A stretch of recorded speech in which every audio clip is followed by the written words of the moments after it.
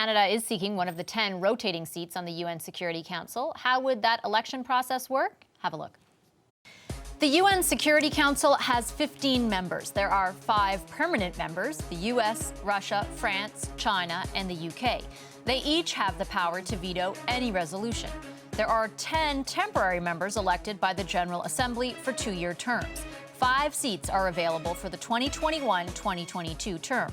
1 for Africa, 1 for Asia Pacific, 1 for Latin America and the Caribbean, and 2 for the Western European and others. Canada is vying for one of those 2, and it's up against 2 competitors, Ireland and Norway. To secure a seat, a country must get 2/3 of the General Assembly's vote, a minimum of 129 of 193 member states. So, should winning a seat be a priority for the federal government? Does a non-permanent member of the Security Council really hold any power? Joining me now is Canada's former ambassador to the UN and currently a distinguished fellow at the Centre for International Governance Innovation, Paul Heinbecker. Hi, Mr. Heinbecker. Hi, how are Pleasure you? to have you on the show. Thank you for inviting me. Thanks for coming in. I want to start kind of at the beginning with you and ask you what, from your viewpoint, and I know you've been the ambassador to the UN, but from your point of view, what is the point of trying to get a Security Council seat at a time when the Security Council itself is under such scrutiny? Well, the Security Council, despite all of the criticism, is the most important table in the world. This is a place where the big issues come. They don't always get resolved. Sometimes they don't get resolved. They usually get managed to some extent, at least. And, this is where you bring your ideas to try to help resolve some of those things. When we were on the Security Council back in the last time, which was now 20 years ago, Bob Fowler, who was our ambassador at the time, managed to bring forward a movement, to push a movement on blood diamonds. And it had a very major impact on internationally. Had he not been on the Security Council, he probably wouldn't have been able to do that. Similar for things like the responsibility to protect, which is a norm, kind of a norm at the UN. It didn't used to be the case that UN peacekeeping forces were supposed to protect civilians. It was actually, their job was to be neutral between the disputants, which meant that the citizens got ground up in between. Thanks to our pressing these issues, most UN Security Council mandates for peacekeeping troops since that time include an element of protection for civilians. So that's another thing you can do. If we had been on the Security Council during the lead up to the Iraq War, our efforts to promote a compromise between the Americans and the rest might have had greater traction than it had. We tried very hard, but from outside the Security Council, it's not easy. But even in that case, being on the Security Council as a non-permanent member, but with a vote, to pass any resolution in the UN takes 9 affirmative votes. In the Security Council, there's 15 members, takes 9 to pass a motion, and the United States was not able to get that council to endorse its sort of walk to war. It was the countries like Namibia was one. I can't remember them, but a handful of countries that you've scarcely heard of, who stood up and said no to this war. And the Americans then had to go to war without a Security Council mandate. And that brought them all sorts of complications and a reluctance by others to cooperate with them. Apart from that example, does the power imbalance on the Security Council impede a country like Canada's potential effectiveness? And I know you used the example of Mr. Fowler and the blood diamonds as a positive one. I remember also interviewing Mr. Fowler a few years back, and I remember something that had struck him or that had stayed with him was the fact that the U.S. tried calling him 8 times during his time on the Security Council and trying to exert their influence on a particular issue. Yeah. Does that power imbalance work to our disadvantage? It depends, I think, on who's Prime Minister. I'll tell you an anecdote that's quite telling.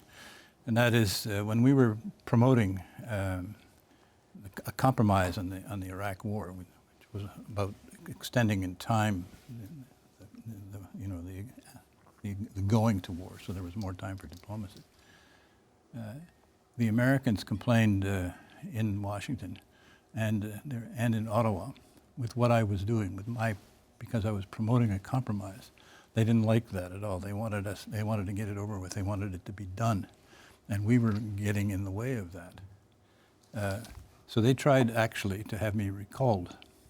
They had a number of ambassadors recalled in those days because they didn't want ambassadors to get in the way. But I called up the Prime Minister and I said, you should know that they're trying to, that they're upset with us and they're trying to have me recalled. And the Prime Minister said, well, you're a big guy, aren't you? And I said, well, I'm big enough. He said, well, you do what big guys do. You tell them to go to hell. So no, it doesn't. The answer is no. All right, and so you did? I did, indeed. In fact, I asked for it in writing because I wanted to be able to put it on my lapel and wear it around the UN, but I thought I could dine out for years on that. So how do you, bringing us back to today, how do you evaluate Canada's chances right now? We're stacked up against Norway, which has an excellent track record on foreign aid spending, and Ireland, which has an excellent track record in peacekeeping. Ireland's excellent record on peacekeeping is not all that great. I mean, it's better than ours, but they rank 40-something, and we rank 60-something. And when they start counting some of the people who are going to Mali, we'll be neck and neck with them for 40 or 41st. So, and the reality is neither we nor the Irish nor the Norwegians are really pulling our weight on peacekeeping in the UN terms. Most of the troops are provided by small countries, but what we are providing is very highly capable force multipliers, helicopters, medical services, logistics services, a lot of things that we're expert at that UN missions are not. So we can make those UN missions much more effective with a lot fewer people from our part, but a lot more, professionally trained. So I don't know, how are we doing? We started late, partly because the previous government sort of had lost interest because we lost the previous election.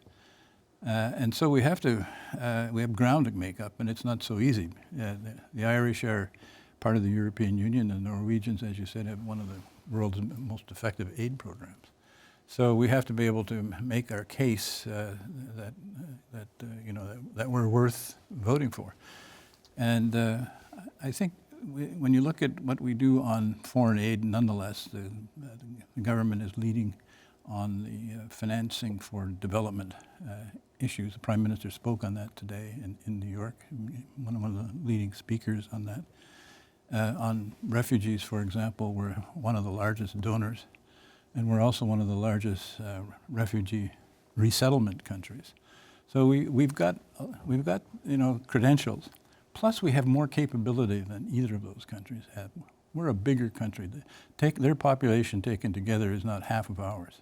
Their capacity to provide sort of military force is not like ours. And we're just, sorry to put it that way, but we're just richer than they are, even though the Norwegians are rich as Croesus, but it isn't the same as the capacity that Canada has.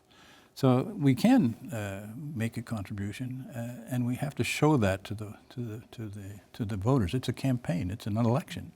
You have to campaign, and you have to campaign not just in your district, but you have to campaign in 193 countries around the world. And it will come down in the end probably to who is the most effective campaigners. Okay, I'm out of time. I have to leave it there. But thank you, Mr. Heinbecker. Thank you. Appreciate you coming in. Thank you.